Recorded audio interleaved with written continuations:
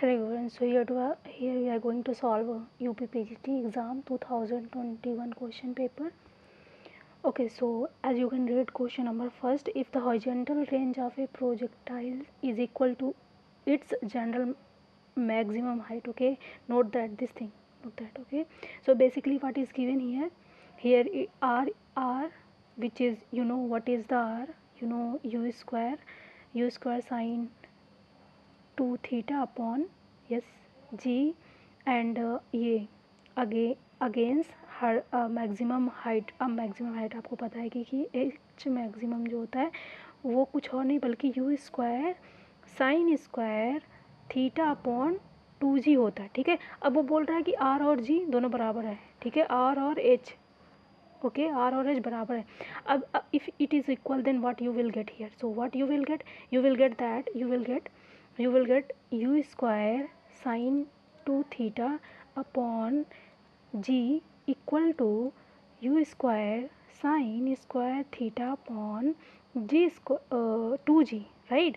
So when you will solve it, what you will get, expand sine 2 theta, use the formula, you will get what, you will get 2, and this 2 also will come here. So what you will get 2, and see here will, it is a 2 sin theta cos theta, so cos send here and 1 sin to cancel 1 sin. So what you will get, you will get here tan theta. Now see your options, because theta क्या आ जाएगा आपका, tan inverse yes 4. So option कौन सा आप सही हो जाएगा, सी सही हो जाएगा, क्योंकि एंगल ही हमें निकालना था. ठीक है, हमें क्या निकालना था, एंगल ही निकालना था. Okay, so we have done. Let's see question number second. So what you will do in this question, maybe you start solving this question, but stop. See here, what we will do, we will check for which value for which equation our initial condition will satisfy. To see in equation number first, as you can see, if you put 0, then you will get one side 1 and another side you will get 2 plus 1, and which is 1 equal to 3, not possible, so it is not correct. Now see here same, what you will get, 1 equal to 3, again not possible, and here what you will get, 1 equal to 5, which is again not possible, and option 4 correct हो जाएगा, and you can see 2 equal to 2. Okay, so let us see question number third. So what is our question number third? As you can read here, what we need to find here. So here one function is defined, which is a from natural number to set of natural number to set of natural number, and we need to find whether it is a 1 1 or onto. So what we will do, we will try to know whether f of x1 equal to f of x2. Okay, and second, what we will check, its a range total, what will be total range n. So it is correct. Okay, it is correct, because even start from 2 4, and you can see it is again going in n, and there are no numbers which leave. Okay, so it is a 1 1 and onto both, you can see these two things. Okay, so range of n क्या आ जाएगा, total n आ जाएगा. ठीक है, so it is a 1 1 onto. Now let us see question number 4.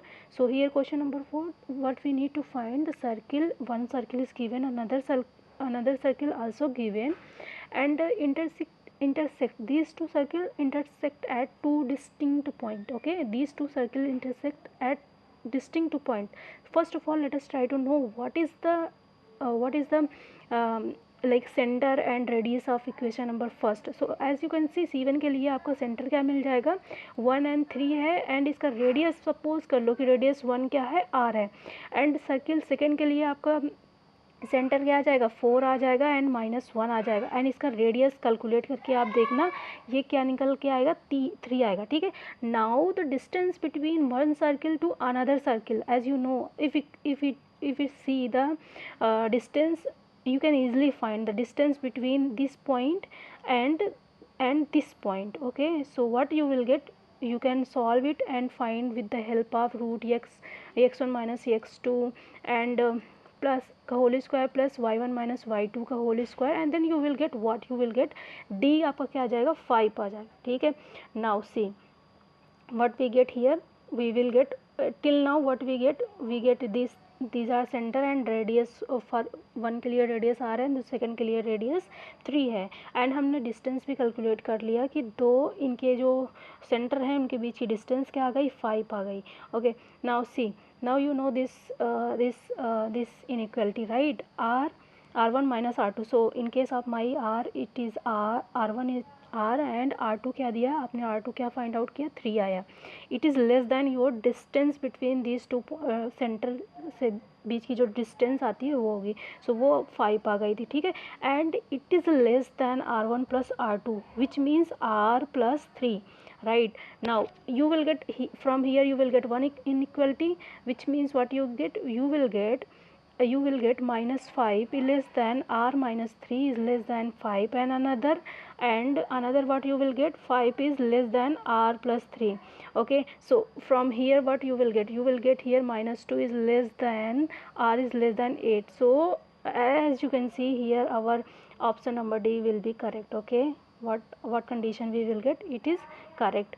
Now let us try to know another question. So let us try to solve question number 5. so in question number 5, as you know, what you know, when you calculate here we need to find this value. Okay, in question number 5 we need to find this value.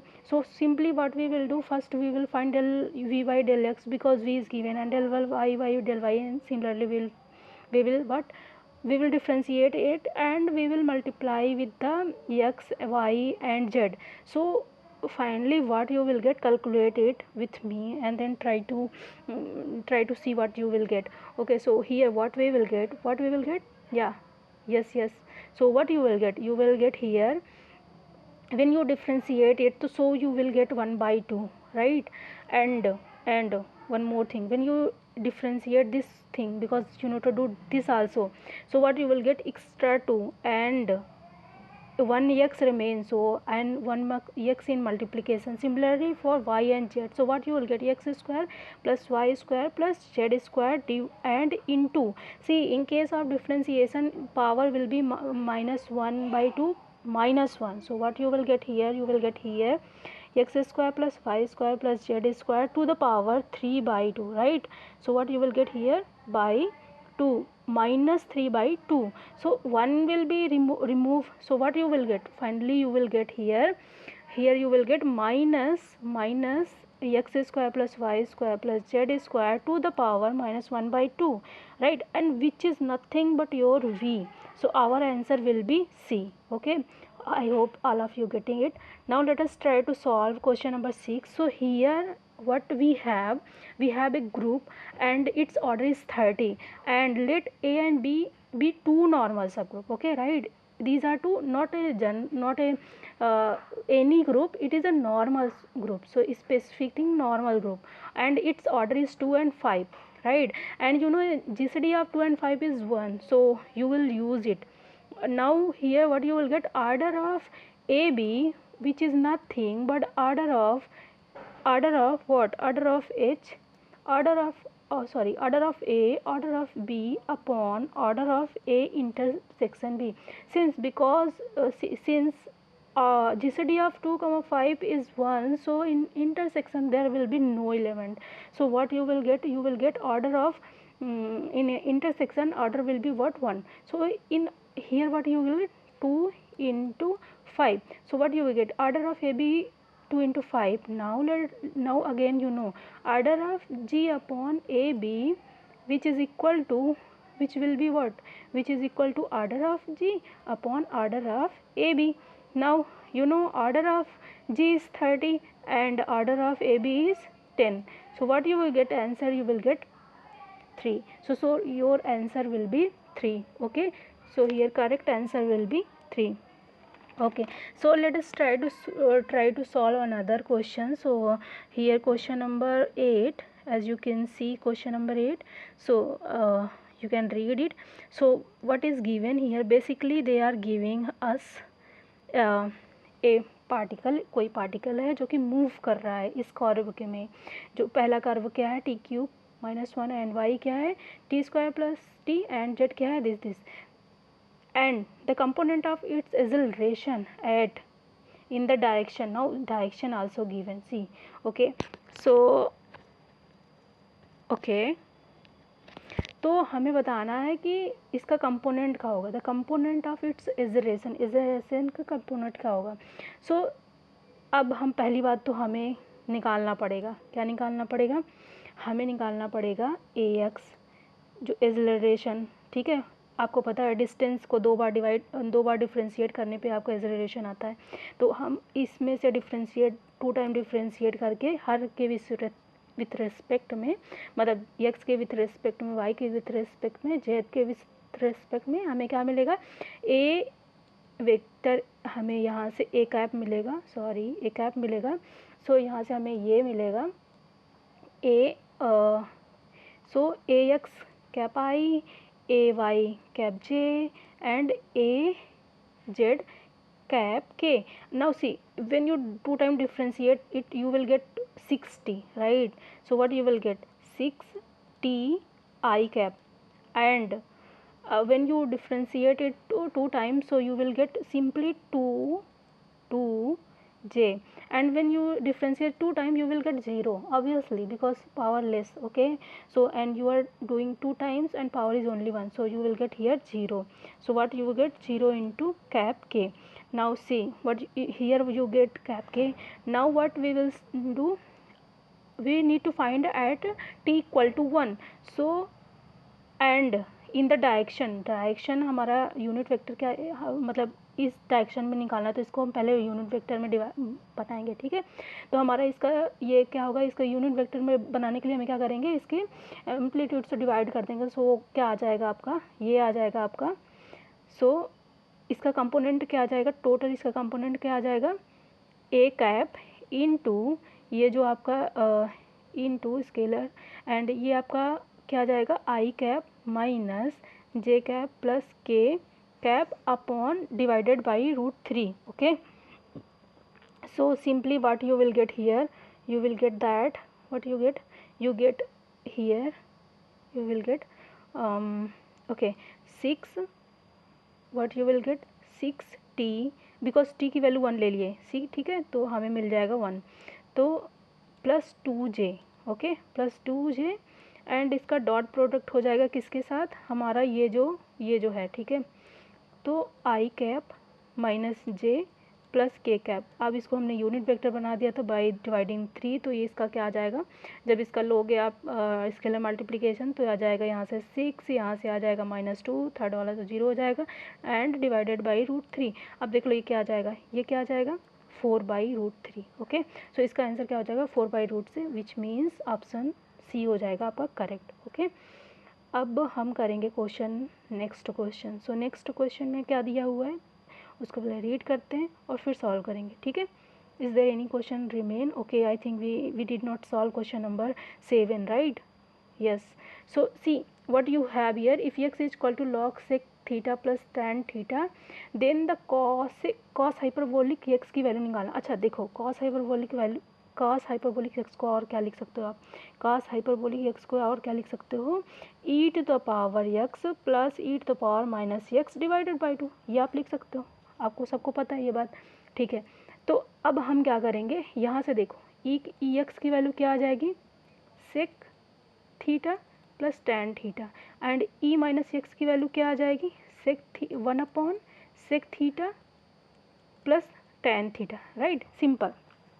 सो यहाँ से क्या आ जाएगा आपका, तो आपका ई की value क्या आ गई, ई की वैल्यू तो आ गई, ई एक्स की वैल्यू क्या हो गई, sec theta plus tan theta, and E to the power minus X की वैल्यू क्या हो गई sec theta and plus tan theta, ठीक है। अब हम क्या करेंगे, इसको जोड़ेंगे और 2 से भाग दे देंगे, तो जब जैसे ही आप इसको 2 जोड़ोगे plus E to power minus X, and ये किसके बराबर हो जाएगा, ये बराबर हो जाएगा आपका, ओके, सो ये बराबर हो जाएगा sec theta plus tan theta plus sec theta plus tan theta. अब देखो अब यहाँ से क्या मिल जाएगा, sec theta plus tan theta, ठीक है, का होल स्क्वायर है ना, plus 1 by sec theta plus tan theta, ठीक है।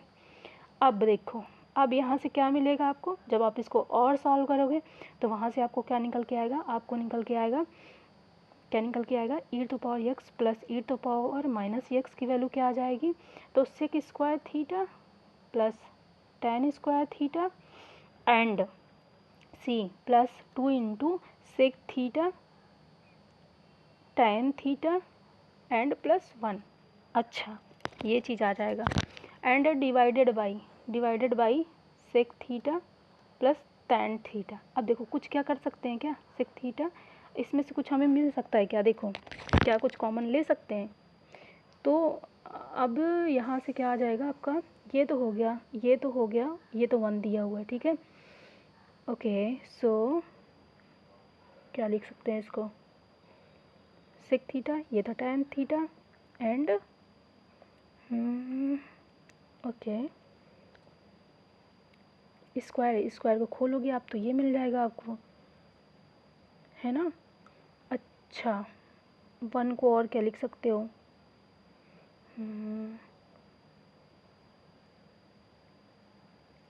ओके यहाँ से क्या कॉमन लिया जाए, जल्दी बताओ कॉमन क्या लिया जाए कि ये थोड़ा अच्छे फॉर्म में बन जाए, है ना। अच्छा, एक चीज़ और तो हमें पता है कि ये जो होता है टेन प्लस 1 ये सेक बन जाएगा, तो इसको आप क्या लिख सकते हो, इसको आप लिख सकते हो 2 sec square theta, right, simple, sec theta tan theta, है ना, टेन थीटा अपॉन जो आपका sec theta plus tan theta. अब इस चीज़ को आप क्या लिख सकते हो, कॉमन ले लो सेक थीटा, 2 सेक थीटा जैसे ही कॉमन लोगे ऊपर वाले से नीचे वाला कट जाएगा, ठीक है, क्योंकि यहाँ बचेगा sec theta plus tan theta जो नीचे भी दिया हुआ है, तो टोटल आपको क्या बचेगा, सेक थीटा। तो हमें बेसिकली मिल क्या गया, हमें मिल गया यहाँ से मिल गया ई एक्स प्लस ई माइनस एक्स की वैल्यू क्या मिल गई, 2 सेक थीटा। अब डिवाइडेड बाई 2 करेंगे, ठीक है, या फिर 2 को इधर भेज दोगे तो हमें क्या मिल जाएगा, कॉस हाइपरबोलिक थीटा की वैल्यू आ जाएगी 4 सेक थीटा, सॉरी इसको नीचे भेज दो इसके, ठीक है, तो हमें क्या मिल जाएगा, ये मिल जाएगा आपको सेक थीटा। सिंपली आपका आंसर क्या आ जाएगा, sec theta. I hope all of you getting it how it is, how you are, okay, see carefully, you will get it. I know my English not, writing not good, but आपको ये अच्छे से समझ में आ गया होगा. Okay, so let us try to do another question. So now see this question number 9. So in question number 9, you know what is the root. Simply just use the Pythagoras theorem, अपने Pythagoras theorem को use करो, वहाँ से आपको एक तो मिल जाएगा क्या, एक तो आपको मिल जाएगा minus plus minus root minus 3 लिख दो, माइनस 3i लिख दो, या फिर माइनस 3 लिख दो बाई 2। अब आप देखोगे कि इसकी अल्फ़ा एक रूट क्या आएगी, यहाँ से एक तो रूट आ जाएगी माइनस प्लस रूट माइनस 3/2, दूसरा बीटा क्या आ जाएगा, दूसरा बीटा क्या आ जाएगा -1 माइनस रूट माइनस 3/2। तो अब ये देखोगे कि यहाँ पे ये जो अल्फ़ा है ये आपका ओमेगा है एंड बीटा जो है वो अब क्या है, ओमेगा स्क्वायर है, ठीक है। स्क्वायर करोगे तो ओमेगा ही आ जाएगा, मतलब ओमेगा का स्क्वायर आ जाएगा। समझ रहे हो मैं क्या कहना चाहती हूँ, जो बीटा दिया हुआ है वो आपका क्या है, ओमेगा स्क्वायर है, ठीक है। जब इसका स्क्वायर करोगे, इस वाले का पहले रूट का जब स्क्वायर करोगे तो दूसरा रूट मिल जाएगा। सिंपल कैलकुलेट करके देख लो, ठीक है। अच्छा, अब उससे क्या करेंगे, अब हमें पता चला, क्या पता चला कि अल्फ़ा का स्क्वायर करने पे बीटा मिल जा रहा है, ठीक है, समझ रहे हो। ओके, सो यहाँ पे हमें क्या है निकालना है, क्या निकालना है, then the equation whose roots are, अच्छा वो वाली इक्वेशन को निकालना है जिसका रूट क्या है। तो क्यों ना हम इसको सिंप्लीफाई कर लें, ठीक है, हम इसको सिंपलेस्ट फॉर्म में लिख लें और फिर हम यूज़ कर लें इसको। तो अल्फ़ा को क्या आप लिख सकते हो, अल्फ़ा को आप लिख सकते हो, अच्छा एक चीज़ और, जब इसका आप क्यूब करोगे तो 1 आ जाएगा, ठीक है, करके देख लो।